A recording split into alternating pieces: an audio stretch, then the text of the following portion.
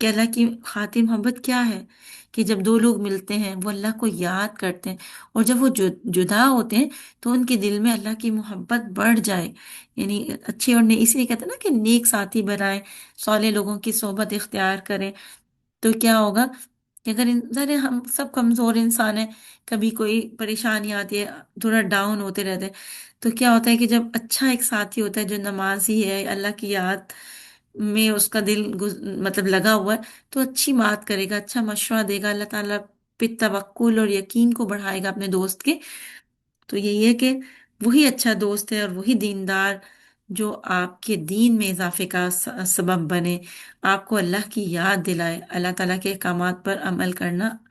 آسان ہو، جس سے بات کر کے آپ کے اندر ایک موٹیویشن ہو۔ کہتے ہیں نا کہ بہت کچھ لوگ ایسے ہوتے ہیں جن کو دیکھ کر ہی اللہ تعالیٰ کی یاد آتی ہے، تو اللہ تعالیٰ ہمیں ویسے دوست عطا کرے، آمین یا رب۔ اور ہمیں بھی مطلب ظاہر لیڈیز میں بھی نا، دیکھیے کہ اگر ہم اللہ کی یاد کے لیے ایک دوسرے سے مل رہے ہیں، یا کوئی ہمارا مقصد یہ ہے کہ کسی کی کوئی برائی نہ کریں، کسی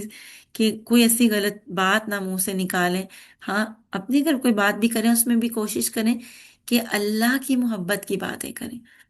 تو انشاءاللہ اللہ تعالیٰ وہ اجر ہمیں بھی عطا کر سکتے ہیں۔ وہ شخص جسے کسی خاندانی خوبصورت عورت نے برائی کے لیے بلایا، دعوت گناہ دی، تو اس شخص سے کہے کہ میں اللہ سے ڈرتا ہوں۔ سیونت، وہ شخص جس نے اللہ کے نام پر کچھ دیا تو اسے اتنا مخفی یعنی چھپا کر دیا کہ اس کے بائیں ہاتھ کو علم نہیں ہوا کہ اس کے دائیں ہاتھ نے کیا خرچ کیا، یعنی چھپا کر کریں صدقہ اور خیرات نا،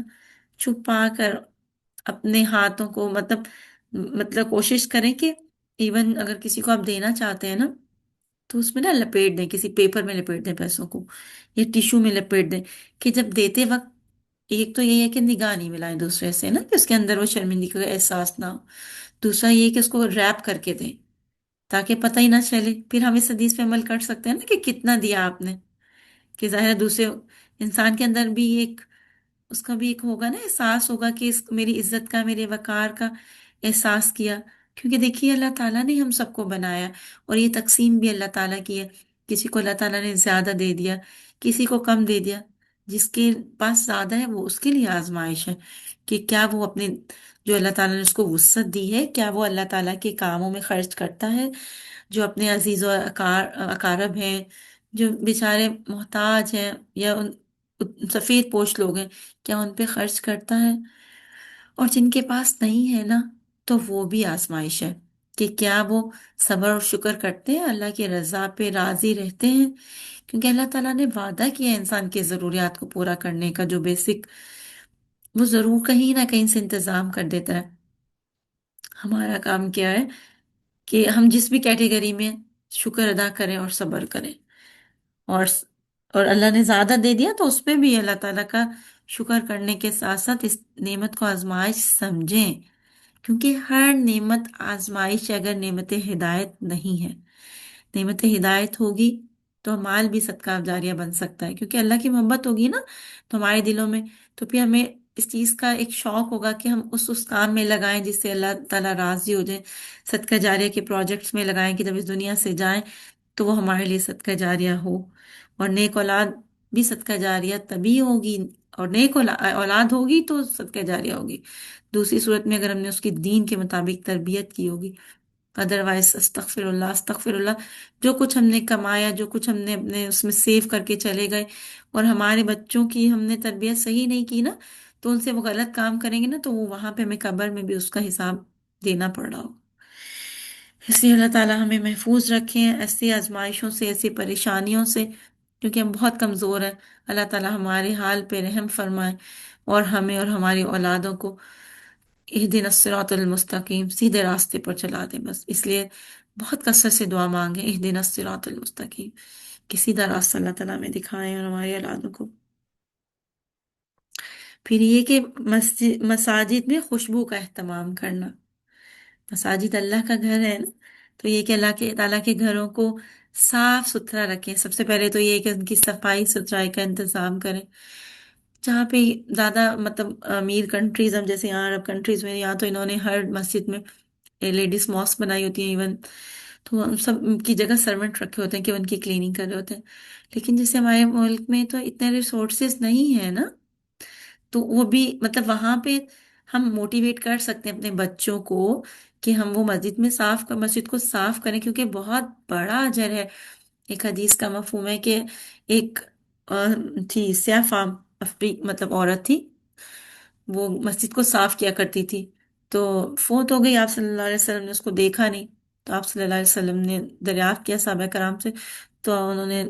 کہا کہ ان کی ڈیتھ ہو گئی تھی، اور ہم نے جو ہے آپ کو بتانا مناسب نہیں سمجھا، ہم نے ان کو جنازہ مطلب ان کا پڑھ کے ان کو دفنا دیا. تو آپ صلی اللہ علیہ وسلم نے فرمایا کہ مجھے لے کر جاؤ. تو آپ صلی اللہ علیہ وسلم صحابہ کے ساتھ اس کی قبر پہ گئے، خود وہاں پہ دعائیں مغفرت فرمائے. اتنا بڑا اجر ہے اللہ کے گھروں کو صاف کرنا. پھر دوسری چیز کو بھی ذہن میں رکھیں کہ اللہ تعالیٰ کے گھروں کو گندا کرنا، ان کو غیر آباد کرنا، اس کا بھی اتنا ہی بڑا گناہ ہے. عائشہ رضی اللہ عنہ روایت کرتی ہیں کہ رسول صلی اللہ علیہ وسلم نے حکم دیا، محلوں میں مسجدیں بناؤ، جہاں نیا محلہ آباد ہو وہاں مسجد بھی بناؤ، اور انہیں پاک صاف رکھو اور خوشبو لگاؤ. نبی اکرم صلی اللہ علیہ وسلم نے فرمایا، قیامت کی نشانیوں میں سے ایک نشانی یہ ہے کہ لوگ مسجدوں پر فخر کریں گے. مطلب پہلی حدیث میں تو یہ نا کہ مسجد بنائیں، کیونکہ بہت سی جگہیں ایسی ہوتی ہیں جہاں پہ مسجدیں نہیں ہوتی اور اس وجہ سے لوگ نماز پڑھنے نہیں جا سکتے اس کی جماعت کی. اس لیے رغبت دلائی گئی ہے کہ جو مطلب جو صاحب وسعت ہیں، جن کو اللہ تعالیٰ نے اتنی وسعت دی ہے، وہ مسجدیں بنائیں تاکہ لوگ اپنی اجتماعی عبادات کو کر سکیں. اب دوسری چیز ہے کہ اس میں پھر فخر نہ کریں کہ میں نے اتنی بڑی بنائی، میں نے اتنا اچھا اس کو بنایا، کیونکہ مسجد کا اصل مقصد کیا ہے؟ اللہ تعالیٰ کی عبادت، نہ کہ ریاکاری اور دکھاوا. بس یہی ہے کہ اپنے مطلب جہاں، اور دوسرا یہ بھی فخر نہ کریں کہ ہمارے ملک کی مسجد بہت خوبصورت ہے تمہارے، کیونکہ تمام مسجدیں اللہ کا گھر ہے، اور تمام مسجدوں سے پیار کریں، اور جو ان گھر میں کام کرتے ہیں نا ان کا بھی خیال کریں، اور سوچیں کہ وہ کتنا بڑا کام کر رہے ہیں. اگر وہ کر رہے ہیں تو آپ ان کو سپورٹ کریں. مطلب میرے دل میں ان کو دیکھ کے بہت اس چیز کا احساس ہوتا ہے کہ کتنے، ایک تو اللہ تعالیٰ نے ان کا رزق کا انتظام کیا،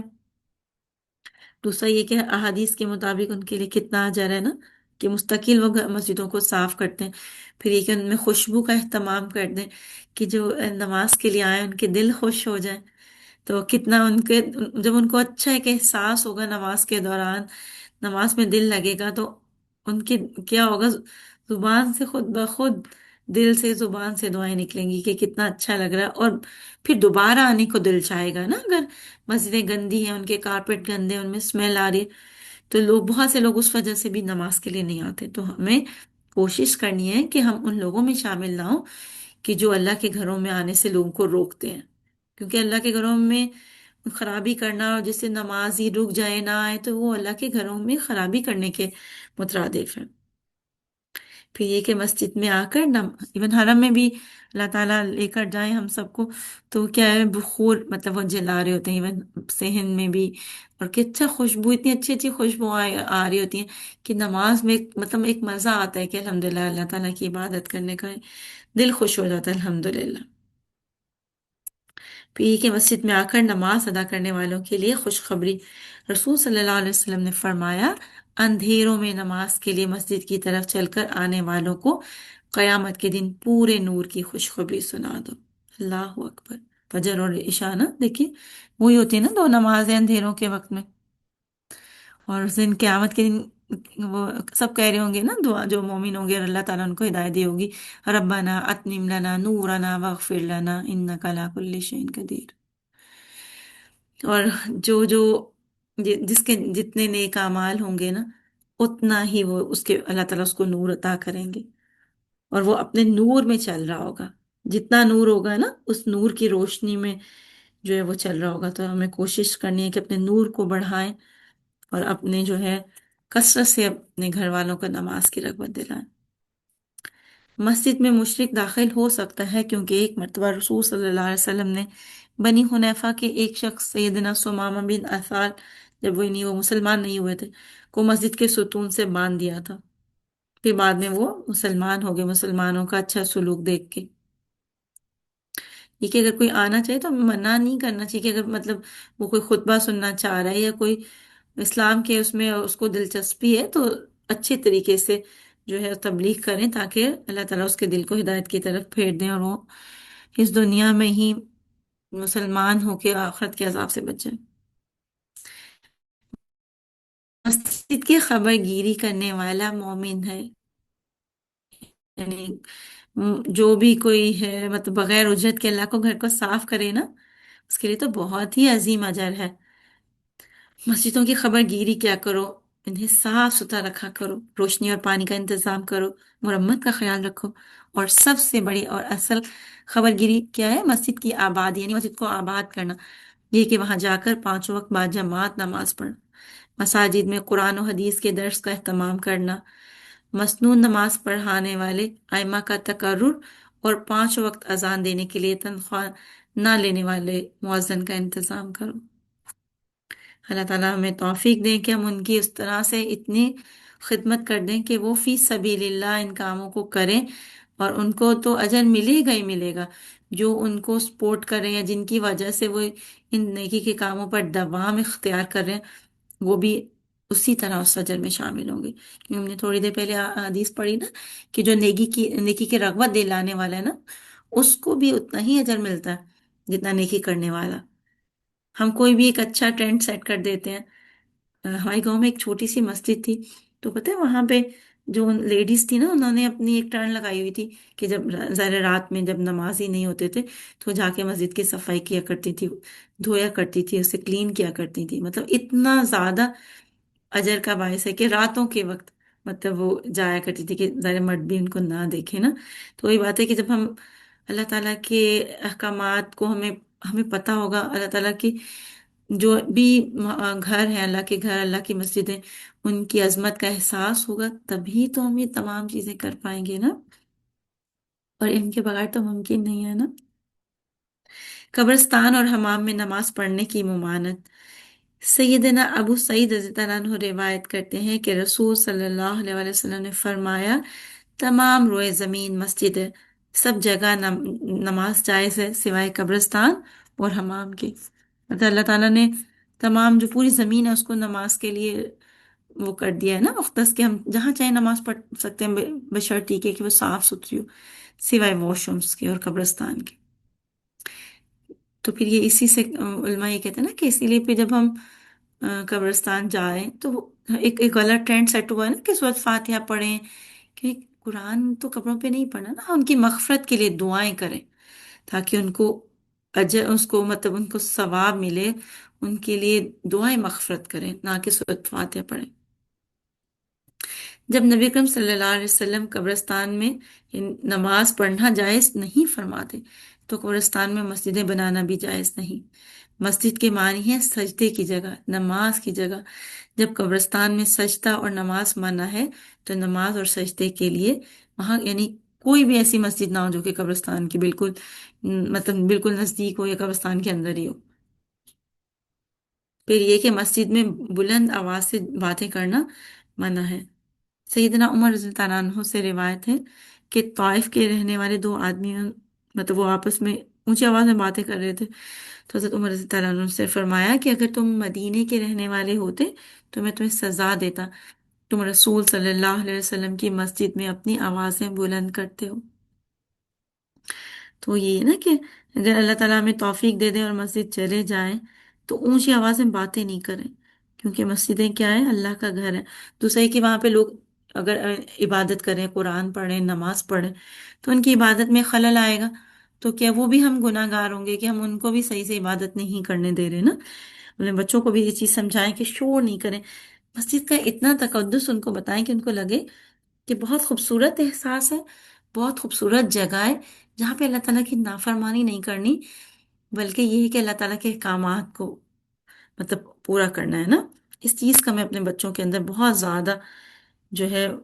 ڈالنے کی ضرورت ہے ان کے اندر نا۔ ہاں یہ کہ مسجد میں اگر کھانے کا انتظام آپ کر سکتے ہیں کہ کوئی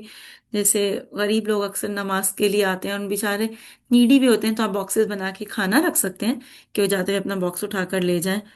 اور یہ ہے کہ مطلب ویسے وہاں پہ یہ نہیں کہ کچرا بنا دے مسجد کو، اس کی صفائی اور ستھرائی کا لیکن انتظام جو ہے وہ رکھیں۔ اور دوسرے ایک اور چیز جو کہ بہت امپورٹنٹ ہے کہ جب اذان ہو جائے، اگر انسان مسجد میں ہے تو مسجد سے نہ نکلے جب تک نماز نہ پڑھ لے، کیونکہ آپ صلی اللہ علیہ وسلم نے اسے بھی منع فرمایا۔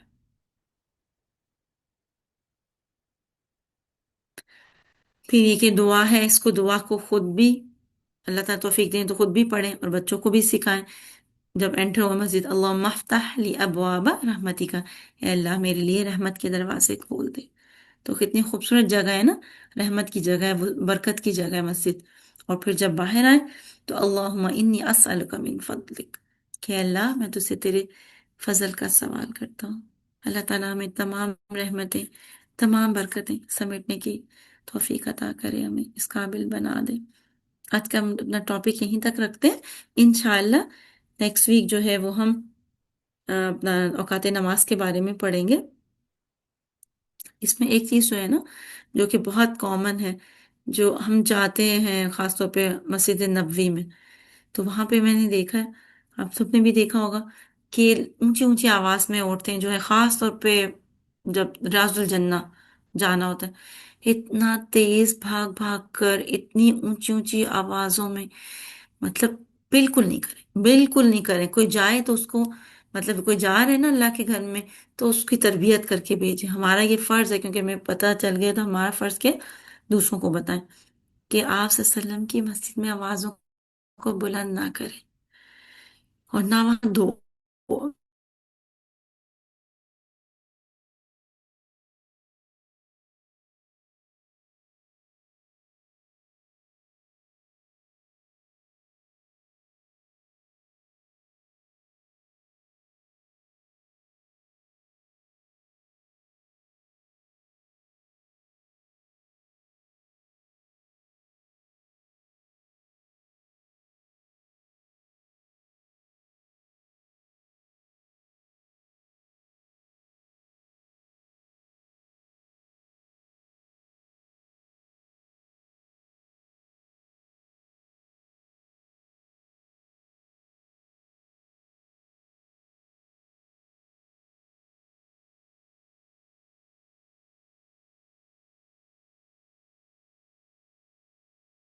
بات کر رہی تھی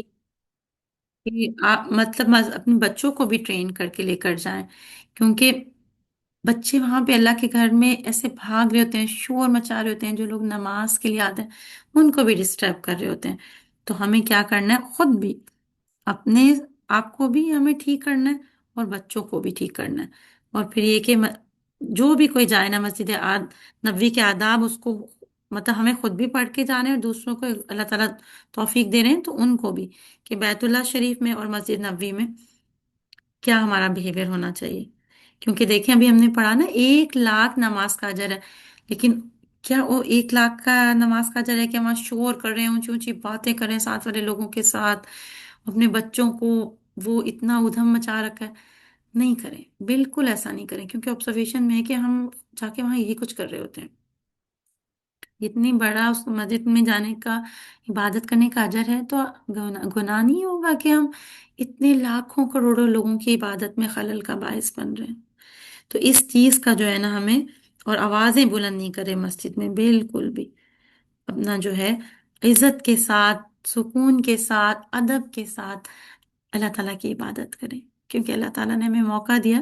زیادہ سے زیادہ اجر سمیٹنے کا، نہ کہ لوگوں کو پریشان کرنے کا۔ انشاءاللہ ہمارا آج یہاں تک ہی ہم کرتے ہیں، انشاءاللہ نیکسٹ ویک ہم اپنے اوقات نماز کا ٹاپک جو ہے وہ کریں گے اسٹارٹ، انشاءاللہ باذن اللہ تعالیٰ۔ جزاک اللہ خیرن کثیر، بارک اللہ فیکم۔ کوئی میری سسٹر جو ہے وہ بات کوئی شیئر کرنا چاہیں گی آج کے لیسن سے، یا کوئی ان کا کویسچن ہو تو موسٹ ویلکم۔ جی السلام علیکم ورحمۃ اللہ۔ وعلیکم السلام ورحمۃ اللہ وبرکاتہ۔ جزاک اللہ خیر سسٹر سبین، سسٹر صبا، اللہ تعالیٰ آپ لوگوں کو بہترین جزائے خیر دے۔ آپ لوگ کنٹینیوسلی کلاس میں ہیں، آمین جو بھی سیکھا اللہ تعالیٰ اس کو آپ کے لیے اور ہم سب کے لیے بہترین صدقہ جاریہ بنائے۔ جی آمین ثم آمین۔ جی میں نے پوچھنا یہ تھا کہ جیسے ہم قبرستان جاتے ہیں تو آپ نے جیسے بتایا کہ قبرستان میں جیسے ہم نے تو یہی سنا ہے کہ سورہ فاتحہ پڑھتے ہیں وہاں قبرستان ہم جا کے، ہم ان کے ہم اس کے بعد بے شک آپ ظاہر ہے سب کے لیے دعا کرتے ہیں، تو کیا پڑھنا چاہیے، یہی پڑھنا چاہیے یا کچھ اور؟ نہیں نہیں نہیں، سورہ فاتحہ بالکل نہیں پڑھنا چاہیے. ایکچولی وہ میرے قبرستان کا بات کرتے ہوئے میرے ذہن میں جو ہے یہ والا ٹاپک آ گیا کہ ایک ہمارے اس میں غلط کانسیپٹ ڈیولپ ہو گیا ہوا ہے کہ ہم سورہ فاتحہ پڑھیں. سورہ فاتحہ تو نماز کے لیے دعا ہے نا، وہ تو ہماری اپنی ہدایت کی دعا ہے کہ اچھا، ہمیں اب نماز تو ہماری بس نہیں ہوتی جیسے، سورہ فاتحہ نہیں پڑھیں. مغفرت کی دعائیں، اچھا، مغفرت کی دعائیں پڑھیں. جیسے مغفرت کی مسنون جو دعا، دعائیں ہیں نا، ایون اگر کسی کو عربک میں نہیں بھی آتی تو اردو میں بھی پڑھ سکتے ہیں، لیکن کوشش یہ کریں کیونکہ جو ظاہر مسنون دعائیں ہیں آپ صلی اللہ علیہ ہوں، وسلم سے جو ثابت ہیں ان کے جو الفاظ ہیں ظاہری سی بات ہے وہ بہترین ہے نا. جی جی، میت کی بخشش کی دعائیں پڑھیں، اور وہ نہیں آتی تو پھر اس صورت میں ان کے لیے اردو میں دعا مانگ لیں جب تک سیکھ نہ لیں، لیکن کوشش تو کریں کہ سیکھیں اچھا، کیونکہ ہم سب ٹھیک ہے. جیسے کوئی کہ، اپنے. جی. جی، جیسے کہ میں یہ بات بتاؤں جیسے اپنے بچوں کو، اپنے ہسبینڈ کو، تو وہ یہ ہوتا ہے کہ ریفرنس بھی تو ہو نا، مطلب وہ بھی تو دکھاؤں میں انہیں کہ بھائی یہ ہماری وہ ہے، حدیث ہے، آپ صلی اللہ علیہ وسلم نے فرمایا. تو کوئی اس ٹاپک پہ ہے کوئی حدیث آپ صلی اللہ علیہ وسلم؟ انشاءاللہ میں آپ کے ساتھ ضرور شیئر کر دوں گی کہ مطلب کہ کیونکہ مسنون عمل نہیں ہے. دیکھیے کوئی بھی چیز جو چیز مسنون نہیں ہے نا، کیونکہ ہوں، نماز فاتحہ کے عبادت کے لیے ہے نا، کہ وہاں جا کے ہم جی، نماز تو نہیں پڑھ رہے نا. وہ بیچارے صحیح، تو آلریڈی اس دنیا سے جا چکے ہیں، ان کو ہماری دعاؤں کی ضرورت ہے. جی، انشاءاللہ میں کوشش کروں گی کہ مجھے مطلب حدیث مل جائے، لیکن یہ ہے کہ وہ بہت سختی سے منع کرتے ہیں کہ صرف فاتحہ، کیونکہ ہمارے خود میں خود بھی پڑھتی تھی جب علم نہیں تھا، جہالت تھی. جی، پھر ہوں، اللہ تعالیٰ نے جب علم دیا، توفیق دی، تو یہ ہے کہ اب تو یہ ہمیں دوسروں کو بھی ایجوکیٹ کرنے کی ضرورت ہے کہ مغفرت ہوں، کی دعائیں پڑھیں ٹھیک، انشاءاللہ. اچھا، پھر جزاک ہمارا اللہ. کام تو یہ ہے کہ جس وقت میں، جس زندگی کے جس حصے میں ہمیں کوئی اچھی بات پتہ چل جائے ہم تبھی سے شروع کر دیں، کیونکہ اللہ بالکل، تعالیٰ ہم سے یہ تو نہیں پوچھیں گے نا کہ اتنی عمر کے بعد عمل کرنا شروع کیا کسی چیز پہ. نہیں، اللہ تعالیٰ اب آپ نے توفیق دی، اب ہمیں علم آیا، ہم پہلے جاہل تھے، اب ہمیں اس پہ دوام اختیار کرنے کی توفیق عطا کر دیں. رام، صحیح فرما رہی. ایک بات آپ سے اور پوچھنی تھی. میں نے دیکھا جی ہے جی. یہ مسجد نبی کے باہر جیسے ولاگنگ کر رہے ہیں آج کل. میں نے دیکھا ہے یہ نان مسلمس بھی جا رہے ہیں وہاں پہ نا، وہ ولاگس اچھا. بناتے ہیں وہاں پہ. جی، میں نے دیکھا تھا. ہاں، تو پتہ نہیں یہ پرمیشن ہے اس چیز کی یا نہیں. پتہ نہیں، اللہ کمی بیشی معاف کرے، ایسا میری نظر سے کچھ نہیں گزرا، اچھا، لیکن ایک ان کا جو ہے نا، جو سعودی عرب کے مفتی ہیں، ان کا ریسنٹلی آیا تھا تو اس میں انہوں نے یہی لکھا ہوا تھا کہ مطلب ہم اللہ تعالیٰ کے گھر جاتے ہیں نا، اللہ تعالیٰ کی جی، عبادت کرنے کے لیے، لیکن ابھی ہم کیا کرتے ہیں، اپنا سارا کام وہ سیلفی، ایون حرم میں بھی سیلفیاں بنا بنا کے جو ہے نا، مطلب ایک سب سے زیادہ جو دکھ ہوتا ہے اس وقت ہوتا ہے کہ جب ہم طواف کر رہے ہوتے بالکل، ہیں، جب اللہ تعالیٰ توفیق دیتے ہیں کہ عمرہ کرنے جا رہے ہیں اور طواف کر رہے ہیں عمرے کا، اور اس میں ہم ہوں، کھڑے ہو کے دوسروں کو مطلب ویڈیوز آن کر کر کے دکھائیں. دیکھیں ٹھیک ہے، بالکل آپ ضرور، دل چاہتا ہے کہ جو ہمارے پیچھے رہ جائیں، تو اس میں پھر ایٹ لیسٹ طواف کے دوران، عمرے کے دوران ایسا مت کریں، بالکل بھی جی، مت کریں. صحیح ہے کہ دعا ہوں، تو اللہ تعالیٰ، ہم ان کے لیے، اپنے گھر والوں کے لیے غائبانہ بھی دعا کریں گے تو اللہ تعالیٰ تو ہر جگہ ہے نا، قبول فرماتے ہیں نا. جی، بالکل، جی، لیکن بالکل، عبادات آپ کو بالکل صحیح فیشن. بات کر رہی ہیں. جی، آپ بالکل صحیح بات کر رہی ہیں. میں نان مسلمس کی بات کر رہی ہوں کہ میں نے ویڈیوز دیکھی ہیں کہ وہ ولاگس بنا رہے ہیں اندر جا کے اور ان کے بارے میں بتا رہے ہیں. جیسے مسجد نبی کے صحن میں نے دیکھا وہ ہے. اب مجھے صحن میں، نہیں ہاں پتا ہو کہ سکتا ہے مسجد صحن حرام. میں، ہو سکتا ہے. جی، اللہ کمی بیشی معاف کرے کہ صحن ادروائز، لیکن آپ کو پتا ہے مکہ والی سائڈ میں تو یہ ہے نا کہ غیر مسلم داخل ہی نہیں ہو سکتے حدود حرم سے. اچھا، مطلب جو مکہ ہے وہاں پہ حدود حرم سٹارٹ ہو جاتی ہے تقریباً کچھ کلومیٹر جی، جی، پہلے، وہاں نان ہوں، مسلم کو الاؤڈ نہیں ہے، ایون انٹری بھی الاؤڈ نہیں ہے. دیکھیے مدینہ کا جو معاملہ اچھا، ہے نا، ظاہر ہے وہاں پہ رہتے ہوں گے نان مسلمس بھی ہوں گے، لیکن ابھی دیکھیے ہم نے پڑھا نا، وہ ہوں، تو خیر اللہ معاف کرے، اللہ معاف کرے. آپ تو غیر مسلمس کی بات کریے، ہمارے تو ہم تو مسلمان بھی ایسے ہی کر رہے ہیں نا کہ وی لاگنگ کر رہے ہیں. ہوں، لیکن یہ کہ بالکل اگر کر. دیکھیے ہمارے شاعر اللہ کو دیکھنے کے لیے اگر کوئی غیر مسلم آ رہا ہے اور وہ اس سے امپریس ہو کے اسلام قبول کر لیتا ہے نا، تو وہ ایک الگ ہوں، بات ہے. دیکھیے ابھی بھی ہم نے جی، پڑھا نا بالکل، کہ آپ صلی اللہ علیہ وسلم کے مطابق بھی کہ حدیث کے مطلب آیا تھا، ایک بدو بھی آیا اور اس نے وہاں پہ پیشاب کر دیا، تو آپ صلی اللہ علیہ وسلم نے اسے ڈانٹا نہیں بلکہ پانی جو ہے گروا دیا، اور لیکن اس کو بعد میں ہوں پیار سے سمجھایا کہ مسجدیں ہوں عبادت کی جگہ ہوتی ہیں، تو اللہ تعالیٰ نے اس کو اس سے ہدایت دی اور اس نے اسلام قبول کر لیا نا۔ جی جی بالکل۔ تو اس پوائنٹ آف ویو سے جو بڑی بڑی مسجدیں ہیں یہاں پہ بھی ہے ایون،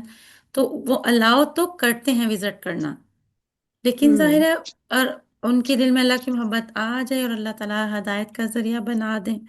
تو ہم کچھ کہہ بالکل۔ نہیں سکتے، کیونکہ دل تو اللہ تعالیٰ کی دو انگلیوں کے درمیان میں ہے نا۔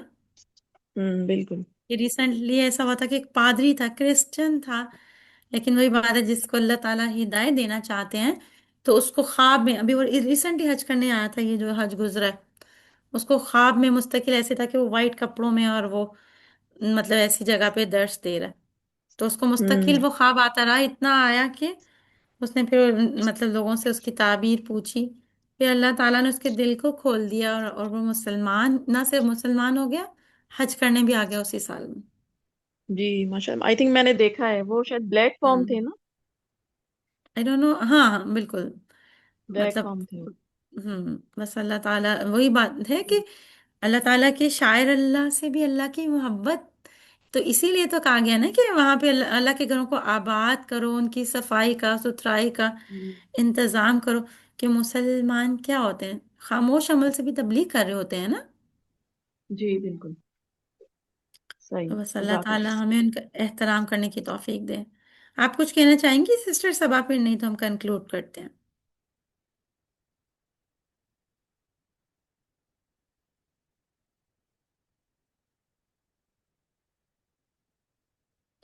چلیں الحمدللہ ہمارا سیشن اوور ہوا، الحمدللہ، اللہ تعالیٰ قبول فرمائے، جو بھی ہم نے پڑھا ٹوٹا پھوٹا ہماری سمجھ کے مطابق سیکھا، اللہ تعالیٰ اس کو ہمارے عمل میں لا دیں، اصل چیز ہے کہ جو ہم سیکھتے ہیں وہ ہمارے عمل میں آ جائے، بہت کہنے سے زیادہ اللہ تعالیٰ اس کو عمل میں ہمارے شامل کر دیں، آمین یا رب۔ سبحانک اللہم و بحمدک، نشہد ان لا الہ الا انت، نستغفرک نستغفرک نستغفرک و نتوب الیک۔ السلام علیکم ورحمۃ اللہ وبرکاتہ۔ جزاکم اللہ خیرہ، بارک اللہ فیکم، بارک اللہ فی علمکم و عملکم و اوقاتکم و رزقکم و اہلکم و مالکم۔ السلام علیکم و رحمۃ اللہ وبرکاتہ۔